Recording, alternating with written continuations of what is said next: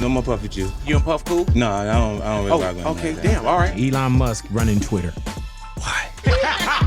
What did Madonna do? You can't be like a virgin at 63. Right. Do you ever see you and Ja like pictures together? When we say InstaVid? Nah, that won't happen. Wow. What is this penis enlargement lawsuit? My penis was enlarged since I was little. Okay. Big Boys 30 special edition, 50 Cent. 50, he speaks his mind. So let's get into it right now, man. Big Boy 30 special episode, 50 Cent always has an opinion. Big Boy in the morning. All righty, man. It is going down. We got a friend up in here, 50 Cent. I'm here. Yeah. Pleasure to have you in here. The first thing I said to Fifth when he came in, I said, man, you back in that gym, huh? Yeah, training, man. Try to get myself back in shape. Yeah, man. Is music that first love? Because there's some cats be like, man, I could walk away. I need that to feel hot. I hear you. Like, I like, you can't really fake that. No. It got to be based on the material and you having your finger on the pulse of what's going on and being able to do it. Like the guy that he's hungry, so he's writing because he's hungry because he has nothing. I remember that. I was that. Mm-hmm. And now while they're saying he's hungry, I'm saying, show what? I'm disciplined. Right. Yeah. And it is a significance in staying in a culture that's out with the old and with the new. Like we watch now, the guys will happen before. The hit will happen before they meet the label. When we talk about like social media and things like that, and you being up for every fight, there's nothing not that either embarrasses you or like, okay, the penis enlargement lawsuit, I would have disappeared. No, look, man. I don't know what this is. You can't disappear. See, when they do First off, what is this penis enlargement lawsuit? Well, it's somebody from a Medi spa that I had got a facial at the spa. I was there with the girl. Because your skin does look good. Go ahead. I'm trying to get it together. Yeah, so I'm getting the facial because I'm waiting on her. She doing, right? And I took the picture with her, and then she puts it up when she says something about penile enhancement. Oh. You see what I'm saying? Like, it's not, bro, that's defamation of So character, you just a whole taking bunch a of stuff. picture, but you there getting a facial, but then she almost adds it to penis enlargement. Yes. Wow. But you didn't get your penis enlarged from her. My penis was enlarged since I was little. Okay. So why is it important to go back and get like a slander or defamation of character or whatever this falls under? It sends a message to the public not to do it. And it's cool. We can go do that until they really wish they didn't do that. Right. You know what I'm saying? Like they meant. So this isn't about money. It's principle too. Like you ain't gonna do that. Nah, the money, then the lawyers. I spend millions of dollars anyway every year. Hey, bro, how much have you spent on lawyers since you've been in the game? I spent $23 million. Let me tell you, this story is bigger than you might have imagined. It's not just about two titans of hip-hop going head-to-head. It's a saga filled with scandal trail and a quest for justice. 50 Cent, the rapper turned mogul, is taking a massive swing at one of the biggest names in the music industry, Sean Diddy Combs. And trust me, the gloves are off. Oh. Hey, man, that's what somebody wished that they won in the lottery. Damn. And I give it to the lawyers to defend myself at points because I get the lawsuits, whether they pro me or other things that I got to deal with. Have you ever gotten something where you was like, man, this could end me?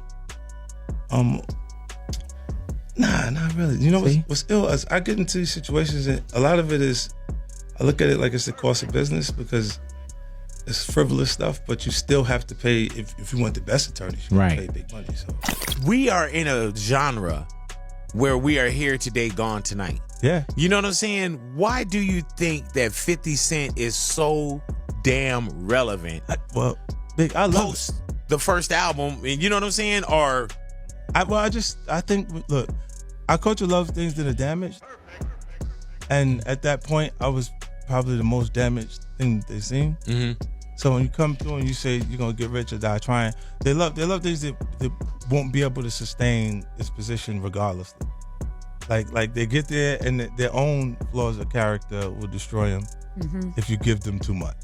You know what I mean? And that, it's interesting to watch. Like, it's like that you go, yo, the craziest things work. Like gold all in my grill. Like the Yeah. Trinidad James thing, and you look and you go, this is a real person. It looked like the character of Martin. Right. Right? All right, here we go. Renee, mark that one down. No, but it was real. That's Here we go. the way it looked. And we appreciated it. We liked it because it was like, yo, look at this. Why do you think we liked you? Was it Because the shot 9 times? and coming in with all of that baggage. With Right. everything that everybody was still on the street. But then when we're finished, when we're done with that, why? Big, the guy that got shot 9 times, album says he's gonna get rich or die trying, and everybody involved is still on the street.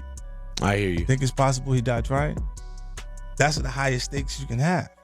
Is this so-called entertainment game? Did you come in thinking about like the hustle game as well, the dope game that did like, man, this is easy for me?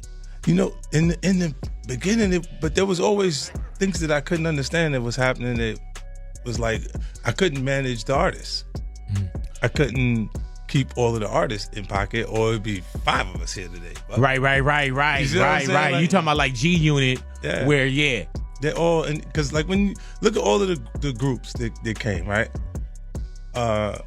They all kind of either the guy that's in there that is extremely talented pulls out to the front and he goes, "I'm going solo," and he like leaves the other guys, like, or there's the scenarios where, because it started like that, Big. The beauty of how G-Unit worked is my solo album. For years, whispers have circulated about Diddy's darker side. Allegations of misconduct, AB*C, and manipulation have haunted him like shadows that refuse to fade. But now, with Diddy facing serious C** crime charges and an arrest that shook the entertainment world, the floodgates are finally open.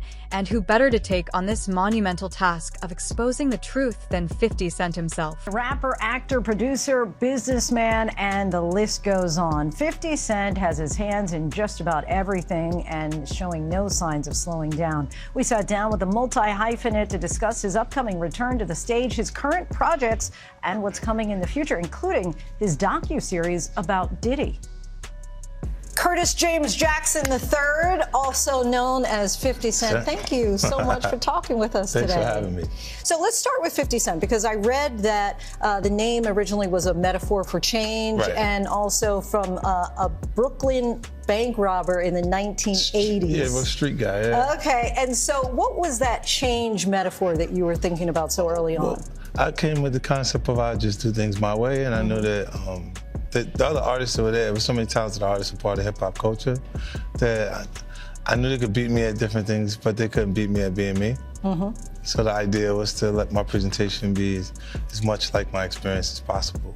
Between the music, the movies, I mean, you're the ultimate multi-hyphenate liquor, whatever you want to talk about with regard to you being a mogul and sitting really on an empire.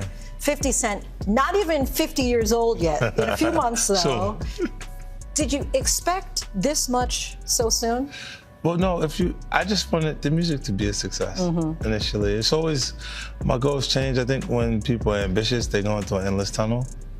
And you just got to prepare to go with them on that journey if you make a connection with them. But it's always a new goal, or always something new that pops up that it kind of consumes my interest. The Humor and Harmony Festival is quickly approaching. G-Unit Productions just announced in Shreveport, Louisiana. Here's a guy from South Jamaica, Queens. Why do it in Shreveport? Well, tax incentive. Oh, okay. All right. Okay. But you've said that this is not just business. Yeah. What do you mean beyond that? Well, for me, it's exciting. It creates the legacy.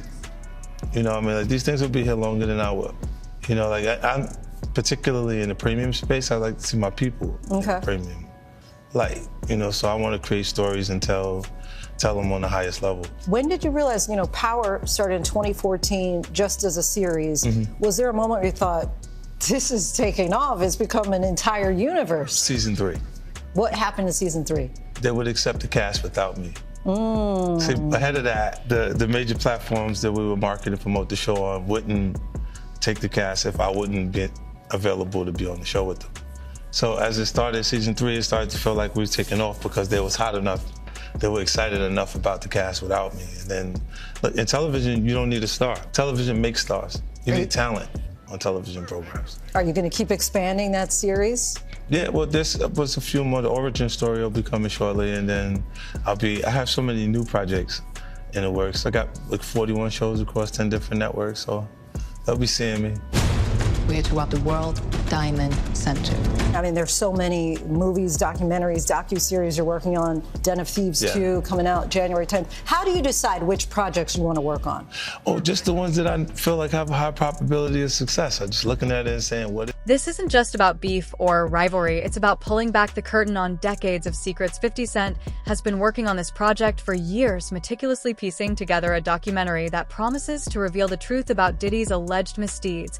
And guess what? Netflix is all in backing this explosive docu-series. It's something that excites me. Would I want to stop and watch it? Speaking of, in particular, Netflix docuseries that you've been working on, Diddy Do It. Right. You've been saying for years that you feel you knew Diddy's character. Right.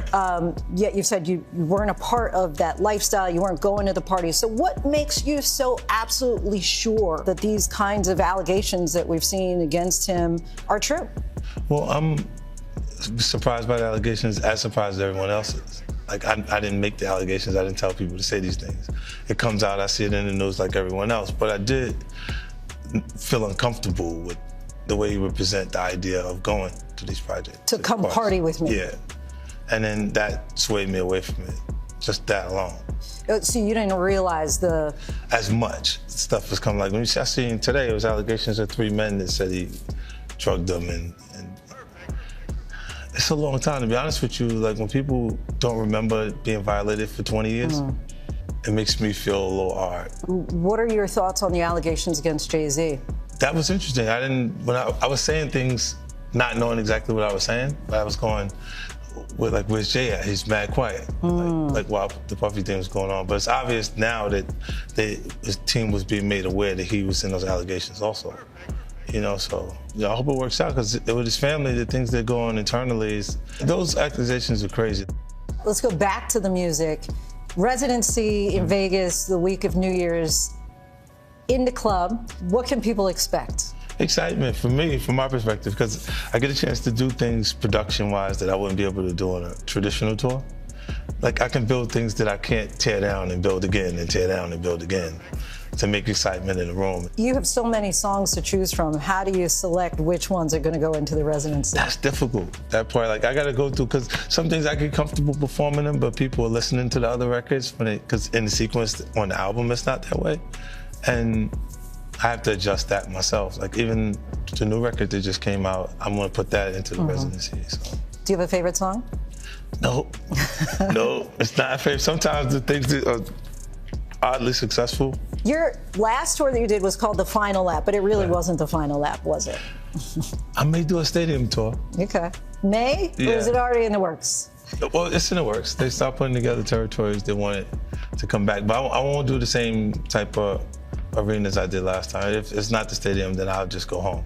Do you enjoy the live crowd or the music aspect of it, or do you prefer, you know, being in the studio acting? I really enjoyed the tour this time. This last tour was cool, and it was because I didn't have the pressure of releasing the album before it, so I wasn't doing so much new material that I had to concentrate on that while doing the show. Like, it was like, I know everything, all of the words are ready, let's go, let me just figure out like what's physically happening during the show, and let's go. So television, they said they're on strike, and I said I'm on tour. Smart, so you have options. All right, 50 Cent, we thank you so much for your time. Really appreciate it. Totally. Appreciate 50 Cent for that conversation. If you can't wait until a possible stadium tour, tickets are available for his Planet Hollywood residency in Las Vegas, going from December 27th to the 31st, and then 2 more dates in the beginning. The timing couldn't be more critical. Diddy's arrest has brought his alleged crimes into the spotlight, and now his former associate security personnel, friends, and even victims are stepping forward to share their stories. Some of these people had tried to speak out in the past, but were silenced or disbelieved. Now, with the platform 50 Cent is providing, they're ready to expose what they claim to have witnessed. Tonight, Jay-Z fighting back against a rape accusation. His attorney filing a letter to the judge to dismiss the rape lawsuit against his client, citing an NBC News exclusive that found inconsistencies with the accuser's story. You should always advocate for yourself. It comes after our interview with a 38-year-old mother from Alabama who accuses Sean Diddy Combs and Sean Jay-Z Carter of raping her when she was 13 years old. She asked us not to reveal her identity. What made you want to come forward? Because I think that I've been quiet long enough. She says that she went to the MTV Video Music Awards in 2000. The woman says she spoke to Combs' limo driver, who offered her a ride to an after party. She says at the party, she spoke to musician Benji Madden and his brother. I'm talking to Benji Madden about his tattoo. It's the Last Supper. In a statement to NBC News, a representative for the Maddens confirmed that they did not attend the 2000 VMAs and that they were on tour in the Midwest at that time. At the after party, she says she had a drink that made her feel woozy. Then she says Combs and Carter both raped her. She says she ran to a gas station where she called her father, who picked her up. We rode home in silence. She didn't ask me what happened. In an interview with NBC News, her father said he could not verify the claims. I feel like I would remember that, and I don't, he said.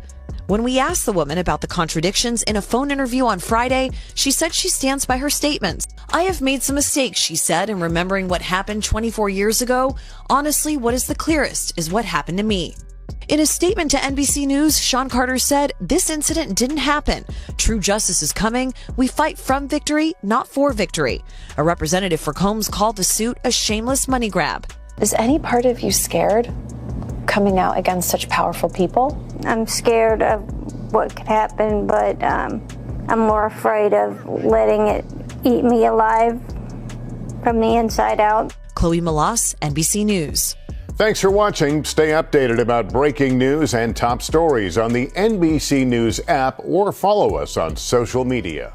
Imagine the level of courage it takes for these individuals to come forward. Many of them were part of Diddy's inner circle, a world where loyalty is demanded and silence is often the price of admission. But as the allegations pile up, it seems the loyalty has cracked. The documentary is set to include first-hand accounts from former staff, security members, and victims, along with expert insights. And here's the kicker: proceeds from the project will go directly to support survivors of C*****. AB***C. I talked to you about that breaking news before the break. We are just learning that a judge has denied another one of rapper Sean Diddy Combs' requests to be released on bail. Remember, he's behind bars at the Metropolitan Detention Center in Brooklyn, waiting for his trial to get started next year in May. He's been detained for 2 months on charges of sex trafficking and racketeering, which he's pled not guilty to. Chloe Malas is following this for us. We were waiting for this decision. We got it in now. What do we know? All right. Well, it's 5 pages, and the takeaway here is that the judge is saying that no condition or combination of conditions will reasonably assure the safety of the community. And that was what New York prosecutors were saying. I was in court twice last week, and I listened to these prosecutors say that he was a danger to the community. And they showed that video, that surveillance video of him from 2016, brutally beating his then girlfriend, Cassie Ventura, saying that he has a propensity to violence, and that alone is a reason why we cannot agree to the proposed bail package. Now, his team had offered $50 million, a home of his in Miami as collateral, and they said that he would live in an apartment on Manhattan's Upper East Side, monitored by 24-hour security, that he would only talk to his attorneys, that he would only have, certain family members on a pre-approved list, and that, he would actually be under stricter conditions than he is at the jail in Brooklyn. But clearly, this is the third time. Yeah. This judge not buying it. What was Diddy like in court? You were there twice last week. What Yes. was his demeanor like? I mean, he was smiling on Friday, turned around and looked at his children. All of his children were there except for his infant child. His mother was there. He looked a little thinner. He looked a little worse for wear, but he has seemed upbeat and positive. And a few days earlier on Wednesday, so a week ago today, his legal team had a win, because his team was able to say that New York prosecutors wrongly obtained 16 pages of notes from his jail cell during a routine sweep, that it had his defense strategy, it had witnesses that they planned to call at the criminal trial in May, and the judge agreed that those should have been protected under attorney-client privilege. So there was a feeling today among reporter friends of mine and people in the building here that, maybe there's a chance that the judge, given he's taking several days to think about this, he asked for both sides to write a letter, that he might release him. But this is the third time. His team were waiting for a response from them, from his legal team. They could appeal again, but we were talking to Danny Savalos earlier, and he said, they would have to propose something new and different to potentially be successful for a fourth attempt. One last, thank you for being on this for us. Appreciate it. Thanks for watching. Stay updated about breaking news and top stories on the NBC News app or follow us on social media. Now, let's rewind for a moment and talk about the charges against Diddy. The allegations span decades and paint a chilling picture from accusations of C** trafficking and racketeering to SE** you'll assault. The claims are both shocking and disturbing. Remember the infamous lawsuit from Cassie Ventura, Diddy's ex-girlfriend. That lawsuit was like a domino that set everything in motion. Within days, more allegations emerged and Diddy quickly settled with Cassie in action many saw as an admission of guilt, but that was just the beginning. You should always advocate for yourself and be a voice for yourself. You should never let what somebody else did run your life. A 38-year-old mother from Alabama who has filed a lawsuit accusing Sean Diddy Combs and Jay-Z of raping her when she was 13 years old is speaking out to NBC News for the first time. She asked us not to reveal her identity. What made you want to come forward and talk today? Because I think that I've been quiet long enough about what I've been through, and it's been hard enough to be quiet. But it's a chapter of my life that I'd like to close. An NBC News review of her account found inconsistencies with her allegations. She says that she went to the MTV Video Music Awards in 2000 to catch a glimpse of her favorite celebrities. You weren't scared to be all alone? No, with having autism is like feeling like you live your life in a shatterproof juggle ball. The world's on fire. The fire is inside the ball with you, but there's no way for you to get out. In addition to having autism, the woman says she suffered a head injury. The night of the 2000s VMAs, she says a friend drove her from Rochester, New York to Manhattan, a more than 5-hour drive. Her attorney provided NBC News with the name of the friend who has since died. The woman says she spoke to Combs' limo driver, who offered her a ride to an after party. I stumbled upon Diddy's driver, who told me that I was exactly what Diddy was looking for. What did you think when he said that to you? I thought it meant that I was just pretty. She went to a White House, she says, where she spoke to musicians Benji Madden and his brother. I'm talking to Benji Madden about his tattoo because, I have about his tattoo that's the Last Supper, because I have a religious background. So it was just something to talk about. In a statement to NBC News, a representative of the Maddens confirmed that they did not attend the 2000 VMAs and that they were on tour in the Midwest at the time. At the after party, she says she had a drink that made her feel woozy. Over the months, more lawsuits followed. A former employee claimed Diddy forced him to engage with C** workers. A yacht steward accused Diddy's son of C** misconduct, with Diddy allegedly paying to cover it up. And let's not forget the leaked video, where Diddy was seen physically abusing Cassie. That video alone sent shockwaves through the industry.